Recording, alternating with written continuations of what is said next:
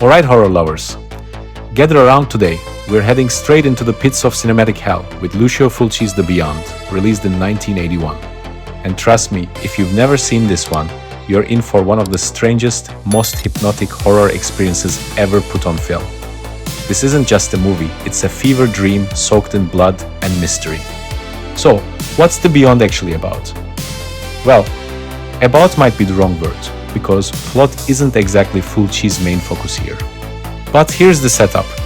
A woman named Liza inherits an old hotel in Louisiana, not realizing it's built over one of the 7 gates of hell. As she tries to renovate it, weird, horrifying things start to happen. People vanish, the dead rise, and the line between the living and the damned completely dissolves. What's fascinating is that Fulci doesn't really explain anything. The movie structure feels like a nightmare that just keeps spiraling. Every scene feels disconnected and dreamlike, but somehow it all makes sense emotionally. You're not following a story, you're experiencing dread. You are pulled into this swampy, rotting world where logic doesn't matter, only terror does.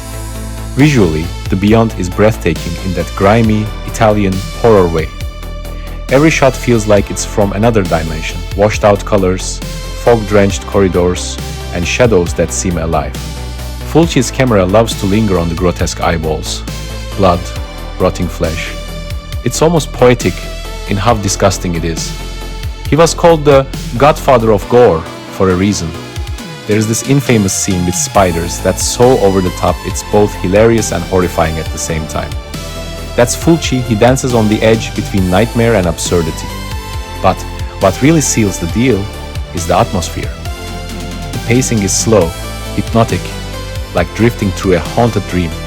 You are never comfortable, even quiet moments feel wrong, like something terrible is about to crawl out of the dark. There's no jump scares, no cheap tricks, just a constant sense that reality is rotting away before your eyes. And we have to talk about Fabio Frizzi's score. Oh man, that music makes the film.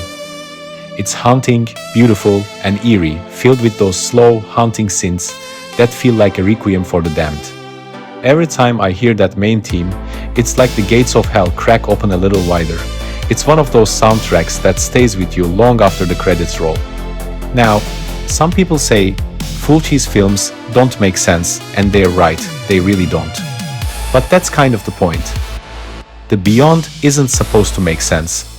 It's like being trapped in a lucid nightmare. You recognize things, but they don't behave the way they should. It's art through chaos. If you go in expecting a tight, Hollywood-style story, you'll be frustrated. But if you surrender to the madness, you'll see the genius in it. And what's wild is how this film connects with the whole idea of Lovecraftian horror, that sense of cosmic dread, of forces beyond human comprehension. You feel that in every frame. The characters are helpless, small, swallowed up by something ancient and evil. By the time we get to that unforgettable ending, where the characters find themselves literally lost in a void of the dead, it feels like we've been dragged into hell alongside them. It's chilling and poetic at the same time.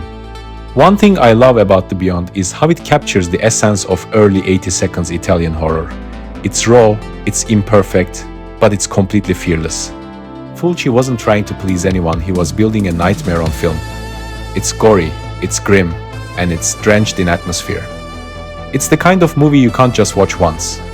You need to revisit it, soak in the details, and let it get under your skin. If you are new to Fulci, this film is a perfect entry point, though maybe a rough one. It's part of his unofficial Gates of Hell trilogy, alongside City of the Living Dead and The House by the Cemetery. But The Beyond stands out as the most haunting and visually stunning of them all. It's like a haunted painting, terrifying, yes, but also weirdly beautiful. So, final thoughts? The Beyond isn't just a horror movie, it's an experience. It's a descent into madness, a surreal art piece drenched in blood and atmosphere. It doesn't explain itself, it doesn't hold your hand, it just drags you into its world and dares you to find your way out. If you love Lovecraft, if you are obsessed with atmospheric horror, or if you just want to see what true cinematic insanity looks like, The Beyond is essential viewing. Just be warned, once you open that gate, you might not come back the same. Alright, horror fans, that's my take on Lucio Fulci's The Beyond.